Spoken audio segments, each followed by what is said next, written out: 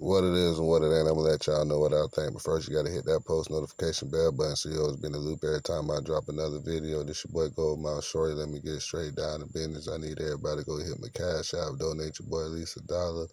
Look at some of my affiliate links. Check out some of my previous videos, man. We finna get this thing on your way, man. We finna talk about this contract that Mia X had signed with this other label called Slaughterhouse, and that ended up getting P a lawsuit filed against him for $10 million because this dude claimed that he had Mia X signed before P. So, you know what I mean? I'm going to get straight down to it. But make sure y'all like, comment, and subscribe. You know what I mean? That's over with, done with. And you know what I mean? Now we can go forward with it. Well, yeah, man, Mia X signed to this other dude that had this record label called Slaughterhouse back in 1994. And she was signed to for 2 years, two albums, you know what I mean? But they say P coerced the dude, you know what I mean, to get her out of the contract with him, you know what I mean? And he basically finessed the dude, and he was a hit producer, so he was like, man, I was working on Mamma Mia, but it was some type of clause in the contract where P just got her and sat her on ice to like 1997 and 1998 when Lady Light dropped, you know what I mean? And I think it was Mamma Mia, but after those two tapes dropped, the dude was like, man, I need my money. I need 10 million. So, you know what I mean? He sued because, you know, he had certain contract clause in place, but, you know, P really waited till the year was over because the dude had her from 94 to 96, but he ended up coercing the dude for the girl, and then he started working with her the previous year. You know what I mean? Like 95, you know what I mean? But her tape didn't come out till later on.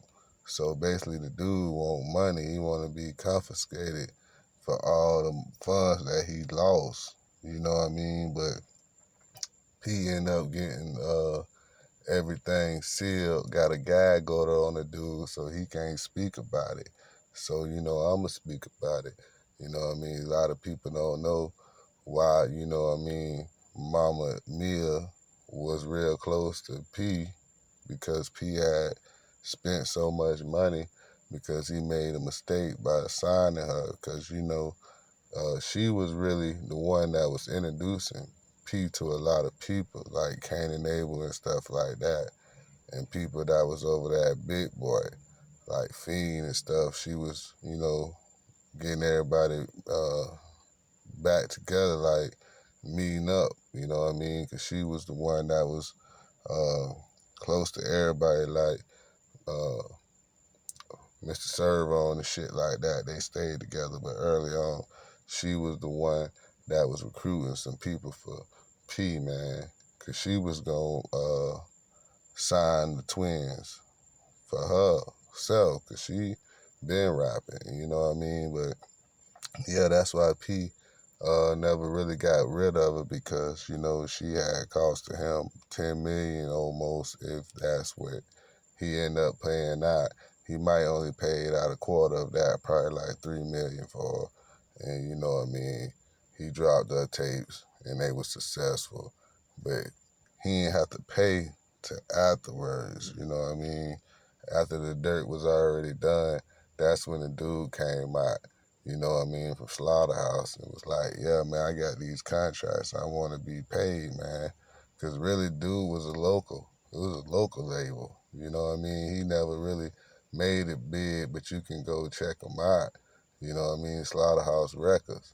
That's who Mia X was signed to first before P got back into town. And you know what I mean? Yeah, man, that shit crazy. P had a Big Boy lawsuit against him, man. I think it was filed in 1999. But, you know, y'all can go check out the case because MTV covered it, BET covered it. I just don't know why it didn't make a lot of noise because back then you had to have magazines and stuff to know what was going on. But P had problems early on with Mia X being on the label, but he ended up ironing everything out, and they still had a good little run.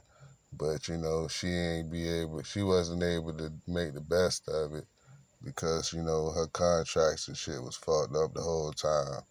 But that's just a No Limit Chronicle story that nobody don't know about. So if you hear somebody talking about it, they got it from me. Go mouth shorty. Peace. I'm out.